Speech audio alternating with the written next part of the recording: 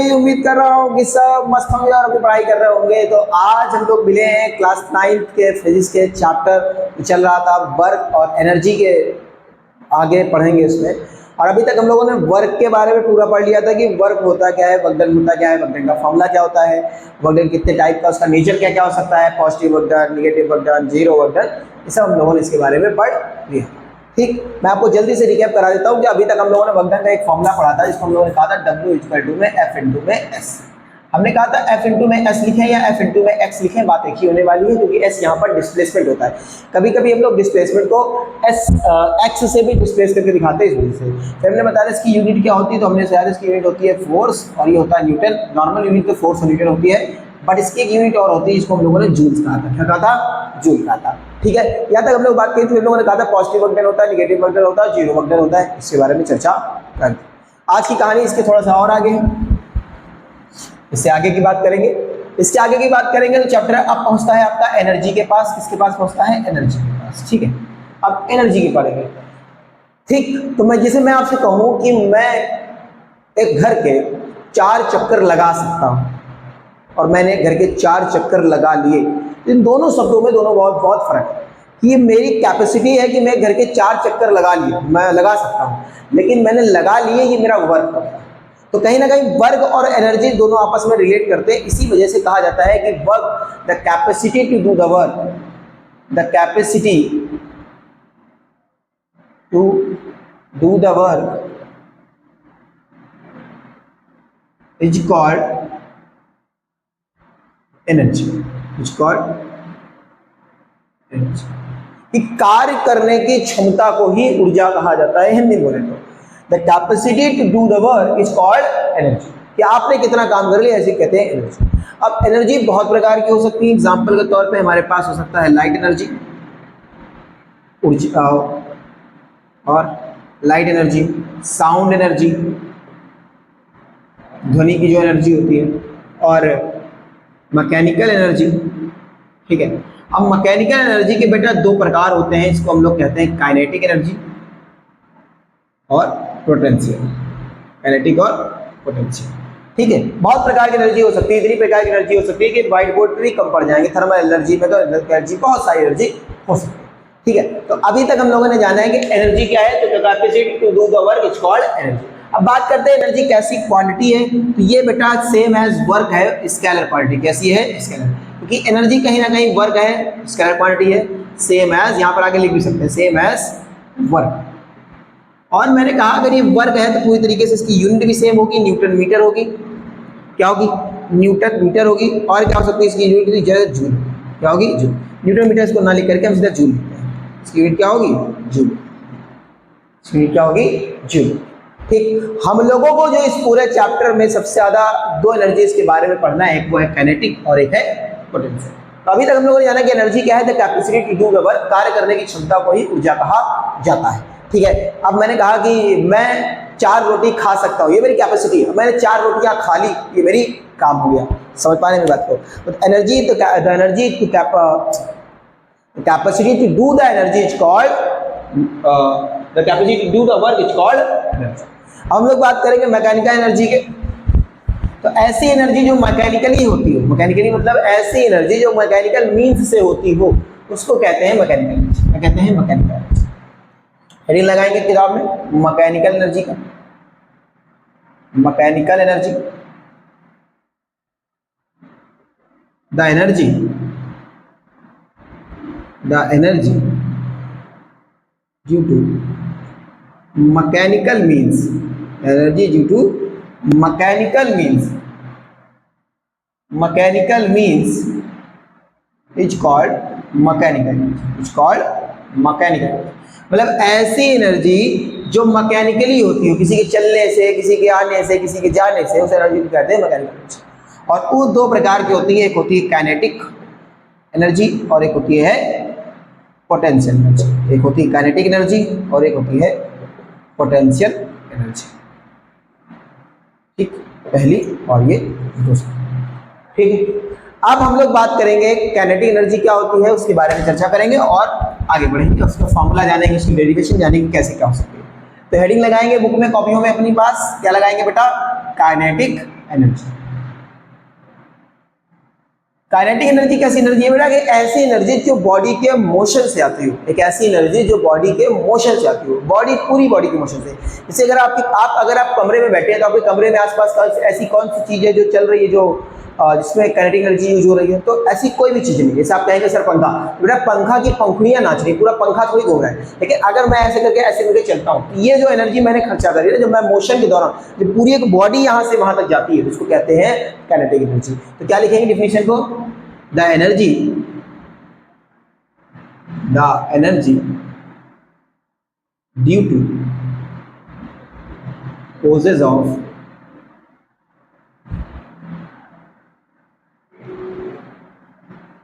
motion of a body, the causes of virtue of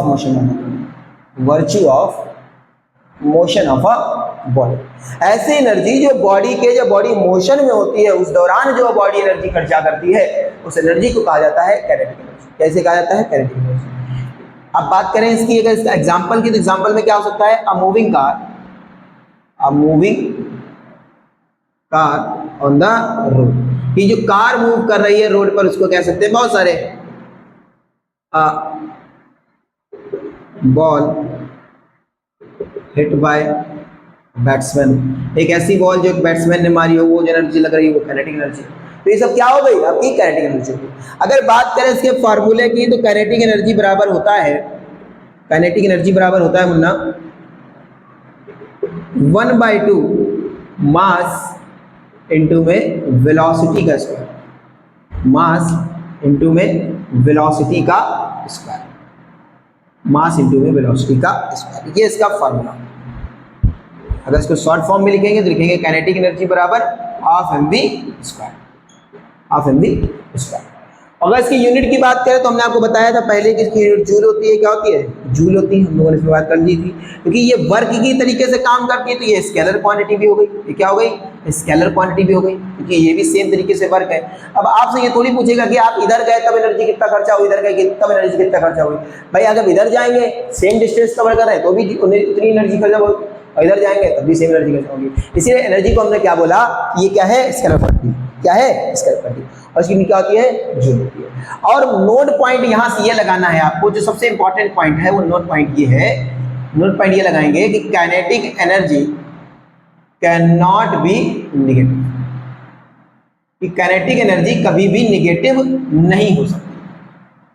क्यों नहीं हो सकती काइनेटिक एनर्जी जीरो? क्योंकि किसी बॉडी का मास तो कभी जीरो होने वाला नहीं है कि बॉडी -0.5 मास ग्राम की नहीं हो सकती। अगर बॉडी का मास जीरो नहीं हो सकता, वेलोसिटी जीरो हो सकती है। आप नहीं कह सकते कि सर वेलोसिटी जीरो हो सकती है, लेकिन अगर हम वेलोसिटी अगर नेगेटिव भी होगी तो वेलोसिटी नेगेटिव होगी तो नेगेटिव यहाँ रखेंगे, स्क्वायर लगाए तो आंसर हमेशा पॉजिटिव आएगा। इसलिए हमने क्या कहा कि काइनेटिक एनर्जी हमेशा क्या हो सकती है? पॉजिटिव हो सकती है। क्यों? क्योंकि बिकॉज ऑफ इट्स फार्मूला, जो उसका फार्मूला है उसको। अब बात आइए इसको ड्राइव करते हैं कि जो हाफ एम वी स्क्वायर है वो आता कहां से। चलिए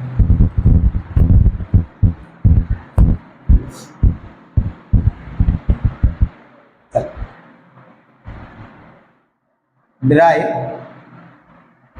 the formula of kinetic energy। Kinetic energy का जो हमने फार्मूला निकाला है उसको डेरिवेशन उसकी करनी। मान लीजिए कि आपके पास कोई बॉडी है जिसका मास है, ठीक है, वो एक सरफेस पर रखी हुई है और उस बॉडी पे हमने उसकी इनिशियल वेलोसिटी थी 0, तभी तो रेस्ट पर है। ठीक, अब हमने इस तरफ से एक फोर्स लगाया, और बॉडी ने यहां से लेकर के यहां तक का अपना डिस्प्लेसमेंट करा। अब इसकी कुछ ना कुछ वेलोसिटी हो गई होगी, कुछ ना कुछ इनिशियल वेलोसिटी हो गई होगी, कुछ ना कुछ फाइनल वेलोसिटी इसकी हो गई होगी, क्योंकि बॉडी यहाँ से यहाँ तक की मोशन में थी तो कुछ ना कुछ वेलोसिटी हुई होगी। यहाँ से यहाँ तक बॉडी ने डिस्प्लेसमेंट किया है, मान लीजिए x कराए। अब बॉडी ने यहाँ से यहाँ तक भाई वेलोसिटी में कोई ना कोई चेंजमेंट आ रहा है, 0 से कुछ जा रही है, तो ये एक्सेलरेशन भी लग रहा होगा इसकी तरफ। समझ पा रहे मेरी बात? एक बॉडी है जिसका मास है, उसने फोर्स लगाया, उसकी इनिशियल वेलोसिटी 0, और अगर उसका एक्सेलरेशन मतलब अगर बॉडी ने अपना वेलोसिटी चेंज कर दी उसका एक्सेलरेशन भी होगा, और ये हो गया उसका x। हम लोगों ने अगर हमको बताएं तो आपको यहाँ से लिखेंगे कैसे, as v square equal to में u स्क्वायर प्लस 2as होता है, ये हम सबको पता है। इक्वेशन की थर्ड, कौन सी इक्वेशन है ये? Third equation of motion. Third equation of motion. Motion की थर्ड इक्वेशन से ही आता है। अब मोशन की थर्ड इक्वेशन से ही आता है तो v square equal to u square plus 2as। अब आपने कहा सर यू स्क्वायर 0 है, इसका मतलब v स्क्वायर इक्वल माइनस के यू स्क्वायर प्लस 2as कहेंगे। सर यहाँ से v स्क्वायर निकलेंगे सर, लेकिन u तो हमारा 0 है तो यहाँ से हो जाएगा क्योंकि हमारी इनिशियल वेलोसिटी क्या थी 0। अब यहाँ से लिखेंगे 2as। अब s क्या डिस्प्लेसमेंट क्या है, आपने बोला सर x क्या है, x है। तो यहाँ से हो जाएगा v स्क्वायर इक्वल टू में 2ax। अब मैं अगर x निकालूंगा तो ये दोनों मल्टीप्लाई में इधर आ जाएंगे, डिवाइड में हो जाएंगे, तो ये हो जाएगा v स्क्वायर अपॉन में 2a इंटू में x। ये क्वेश्चन नंबर फर्स्ट हो जाएगी। अभी तक मैंने क्या करा है, एक बॉडी ली, मैंने इसका मास था m, इनिशियल वेलोसिटी 0, एक्सीलरेशन था, और उस बॉडी की फाइनल वेलोसिटी हो गई होगी डिस्प्लेसमेंट x करा उसमें। तो हम लोगों ने इक्वेशन ऑफ थर्ड मोशन से निकाला है और डिस्प्लेसमेंट को निकाला। ठीक, as we all know, as we know कि वर्क डन क्या होता है, एज वी नो कि वर्क डन क्या होता है, वर्क डन होता है बेटा फोर्स इनटू में डिस्प्लेसमेंट। क्या होता है, फोर्स इनटू में डिस्प्लेसमेंट। ठीक है सर, समझ में आता है डिस्प्लेसमेंट। सर फोर्स क्या होता है, मास इनटू में एक्सीलरेशन होता है, और डिस्प्लेसमेंट सर कितना है, डिस्प्लेसमेंट होता है x। अब यहाँ पर मैंने x बराबर क्या रखा था, x बराबर क्या रखा था, v स्क्वायर अपॉन में, कैसे लिखा हुआ है, फ्रॉम इक्वेशन फर्स्ट। मैंने इक्वेशन फर्स्ट से रखा है, यहाँ पर रखा है a से a कैंसिल हो गया, यहाँ से आ गया बेटा half mv square divided by 2। It means कि वही लिखा हुआ है half mv square equal to में w। लास्ट लाइन नहीं भूलेंगे, सब में सिंपल सा छेद देनी है, एक सिंपल सी लाइन है। क्या लिखेंगे लास्ट लाइन, यहाँ पर से लास्ट लाइन क्या लिखेंगे बेटा, here the work done is changing in the form of kinetic energy. तो W बराबर हो जाएगा काइनेटिक एनर्जी, और इसीलिए हम यहाँ पर लिख देंगे कि काइनेटिक एनर्जी बराबर हाफ mv स्क्वायर। समझ पा रहे मेरी बात को? क्या करा है मैंने, थर्ड इक्वेशन ऑफ मोशन लगाई, वहां से मैंने एक्सीलरेशन को निकाला और रख दिया सिंपल सा आपका डेरिवेशन। इस चैप्टर में टोटल 3 से 4 डेरिवेशन है, इसमें से एक ये है, और जो सबसे इंपॉर्टेंट है वो लास्ट वाली डेरिवेशन है, जहाँ पर आपको कंजर्वेशन ऑफ एनर्जी की डेरिवेशन करनी है। आई होप आपको ये समझ में आया होगा पूरा जो मैंने डेरिवेशन करा है। चलिए हम लोग बढ़ते हैं पोटेंशियल एनर्जी के लिए। तो हम लोग बात करते हैं पोटेंशियल एनर्जी की। पोटेंशियल एनर्जी क्या होती है, क्योंकि हमने कहा था काइनेटिक एनर्जी और पोटेंशियल एनर्जी। तो यहाँ से काइनेटिक एनर्जी, अच्छा एक फॉर्मूला लगा लीजिए कि बाय द चांस हमेशा ऐसा नहीं होगा, वरना ऐसा नहीं होगा कि हमेशा जो आपकी इनिशियल एनर्जी रहे वो हमेशा 0 रहे। हो सकता है क्वेश्चन ऐसे भी आ सकता है, क्वेश्चन ऐसे कह सकता है कि हो सकता है आपकी इनिशियल एनर्जी 5 मीटर पर सेकंड थी और फाइनल अब 10 मीटर पर सेकंड हो गई। तो अब आप उस केस में ये वाला फॉर्मूला नहीं लगा सकते। उस केस में आप W बराबर लिखेंगे बेटा kinetic energy final minus kinetic energy initial, kinetic energy final minus kinetic energy initial. ये कब लगाएंगे फॉर्मूला, तो जब लगाएंगे जब आपका इनिशियल वेलोसिटी 0 नहीं होगी। ठीक, वहां से आप इसको लगाओ। ठीक है, आई होप आपको ये डेरिवेशन समझ में आ रही होगी। आइए हम लोग बात करते हैं नेक्स्ट डेरिवेशन की, पोटेंशियल एनर्जी के बारे में। इसके बारे में बात करते हैं, पोटेंशियल एनर्जी। चलिए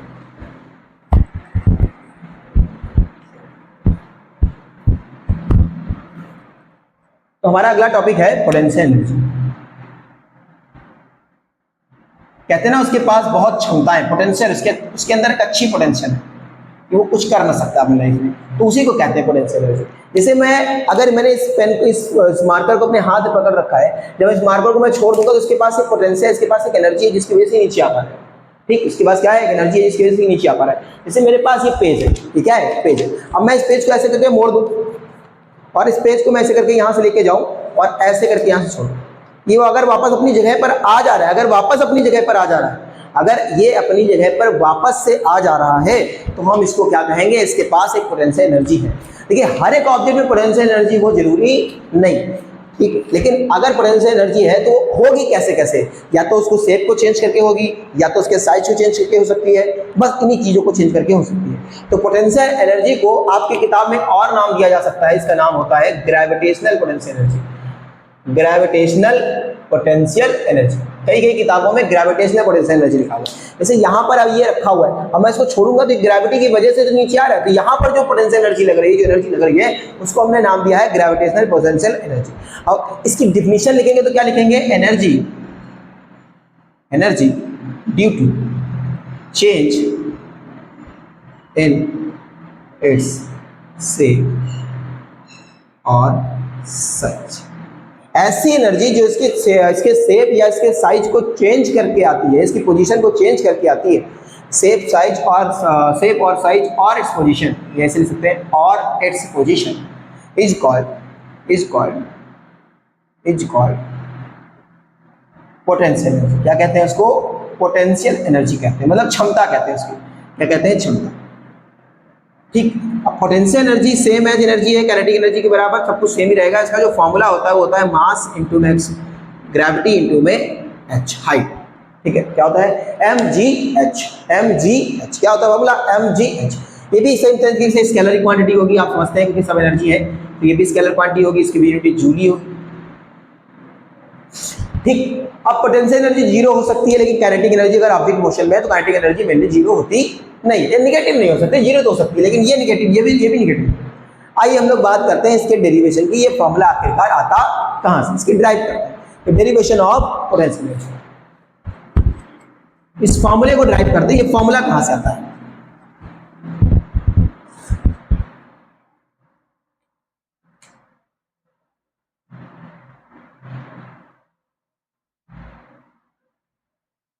ऑफ पोटेंशियल एनर्जी। ये जो एनर्जी है पोटेंशियल एनर्जी, इसका ड्राइव कहां से आता है? फॉर्मूला क्या होता है बेटा? पोटेंशियल एनर्जी बराबर mgh। ये हमको ड्राइव करना है। ठीक है, हम मान लेते हैं हमारे पास कोई एक बॉडी है जिसका मास है m, एक सरफेस पर रखी हुई, हम इसको h हाइट पर लेके गए। हम इसको कहाँ लेके गए? h हाइट पर लेके गए। ठीक है, अब इस दौरान जो इसके पास एनर्जी लगेगी, तो हमारे पास वर्क डन बराबर क्या होता है? As we know. हम जैसा जानते हैं कि हमारे पास जो वर्क डन होता है वो क्या होता है? फोर्स इनटू में डिस्प्लेसमेंट होता है, फोर्स इनटू में डिस्प्लेसमेंट होता है। अब यहाँ पर जो डिस्प्लेसमेंट है वो हाइट पर डिस्प्लेसमेंट है। जैसे अगर आप नीचे चलेंगे ऐसे, यहाँ डिस्प्लेसमेंट ऐसे होता है, लेकिन जब आप ऐसे चलेंगे डिस्प्लेसमेंट है कि हाइट पर होगा, तो यहाँ पर F इक्वल टू में h आ जाएगा। अब F होता है मास इनटू में एक्सेलरेशन इनटू में। अब यहाँ पर जो एक्सेलरेशन है वो ग्रेविटी वाला एक्सेलरेशन है, ग्रेविटी के केस में, तो ये हो जाएगा mgh, W बराबर mgh। फिर से वही line, here work done is stores in form of potential energy। किस एनर्जी में? पोटेंशियल एनर्जी में। तो W बराबर P हो जाएगा, और P इक्वल टू में हो जाएगा mgh। क्या हो जाएगा? mgh। पानी क्लियर है? समझ पा रहे हो? तो ये थी काइनेटिक। आज हम लोगों ने इस पूरे टॉपिक में क्या पढ़ा है? एनर्जी के बारे में जाना है। काइनेटिक एनर्जी क्या होती है, पोटेंशियल एनर्जी क्या होती है, उनकी डेरिवेशंस करना है।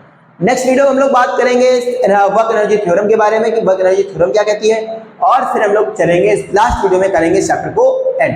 फिर इसके बाद जो वीडियो आएगी वो आएगी न्यूमेरिकल्स पे, उसके बाद चैप्टर को देंगे समाप्त। Thank you for watching us and have a nice day, take care, bye bye, see you, good day.